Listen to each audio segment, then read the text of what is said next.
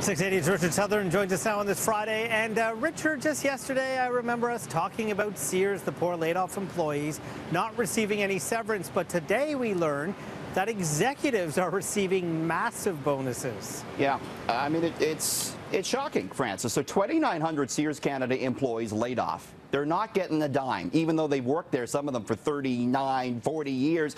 But yeah, we learned today the executives, they're getting millions of dollars. The company's CEO and senior managers making off with $9.2 million in retention bonuses. A Sears Canada spokesperson says the payments are common during the creditor protection process and are designed to keep key employees motivated. Okay. Sears, of course, shutting 59 stores, laying off almost 3,000 employees. The softer side of Sears, Francis, not quite. Not quite. Yeah, $9 million, that's a pretty big motivation for those just few people. So big changes are on the way for Canada's Wonderland, and this is a story you broke on digital today. Absolutely. Wonderland telling me, Francis, that they are considering a hotel and a new roller coaster for the park. They say they are considering this for future development. Wonderland is owned by Cedar Fair Entertainment out of the U.S., and they own a bunch of parks. Wonderland currently third in revenue among those parks, so it's not surprising that Wonderland is looking for new ways to generate revenue. Certainly a big new ride would do that. It was 2011 since we saw the last big new coaster installed, and of course a hotel would keep guests on the park property for longer. So it's a story, Francis, we'll continue to watch. You know, you almost wonder why they haven't had a hotel there in the first place. You would think it would be such an attraction, especially for people coming from all over Ontario. Absolutely. And Cedar Fair, they actually own a lot of land up there in Vaughan, so there is room for them to expand. Even a campground, you think, would make sense. But looks like the hotel might be in the pipeline. So Disney is giving us a sneak peek of its Star Wars lands that are currently under construction. Yeah, and all the Star Wars fans are going to want to come to the TV and take a look at this. What Disney did, they showed off a detailed model of the Star Wars themed lands, and we could see things like giant replicas of the Star Wars ships in the middle of the park.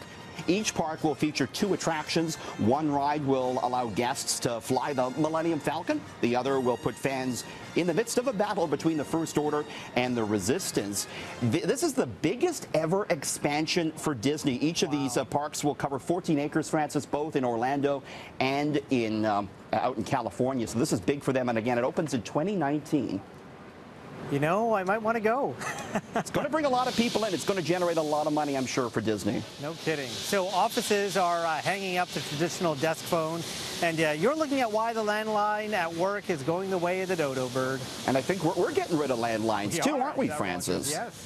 So, you know, according to IDC, a whopping 2/3 of offices in Canada have ditched that traditional desk phone. Many offices relying just on cell phones now and on Skype. You see a lot of employees making their phone calls and their conference calls via broadband connection on their computers.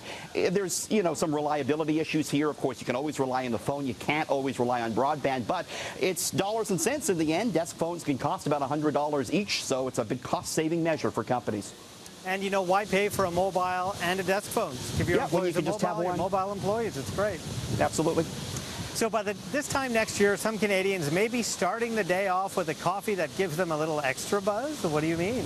Yeah, well, here we go. A company out of California, Francis, coming out with these K-Cup coffee pods, but they are infused with marijuana. Yes, the company called... Really? That's a way to start your day. The company called Brew Buzz, and so you put your pod into your Keurig, and you can enjoy a caffeine jolt with a little extra buzz. The pods are biodegradable. They come in regular and decaf and in tea flavored as well. Not cheap. It's $7 a pop, and who knows, as you say, maybe a year from now we'll be looking at those up here in Canada.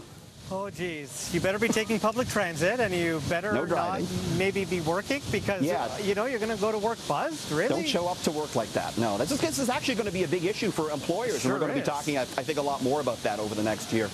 Yeah, and especially if people have those little coffee machines at their desk and they're going back for those pods. Yeah, or if they're driving heavy machinery, it's going to be a serious safety concern, I think. So a small zippered bag is expected to go for millions at auction next week, but it's not a designer bag, Richard. No, it's going for big money because of where it's been and what's been in it, Francis. It is the bag used by Neil Armstrong to bring back moon samples during the Apollo 11 mission going up for auction at Sotheby's in New York next week. Could fetch $4 million. Armstrong collected 500 grams of moon dust and 12 rock fragments in this bag back in 1969. Other items being auctioned include documents that were aboard the Apollo 11 capsule as well as the Apollo 13 flight plan. So this might be the most expensive piece of used luggage you'll ever see, Francis. But man, would it make a great clutch for my wife. Let's. It's something else. It's out of this world, Francis. Have a great weekend. You too. Okay.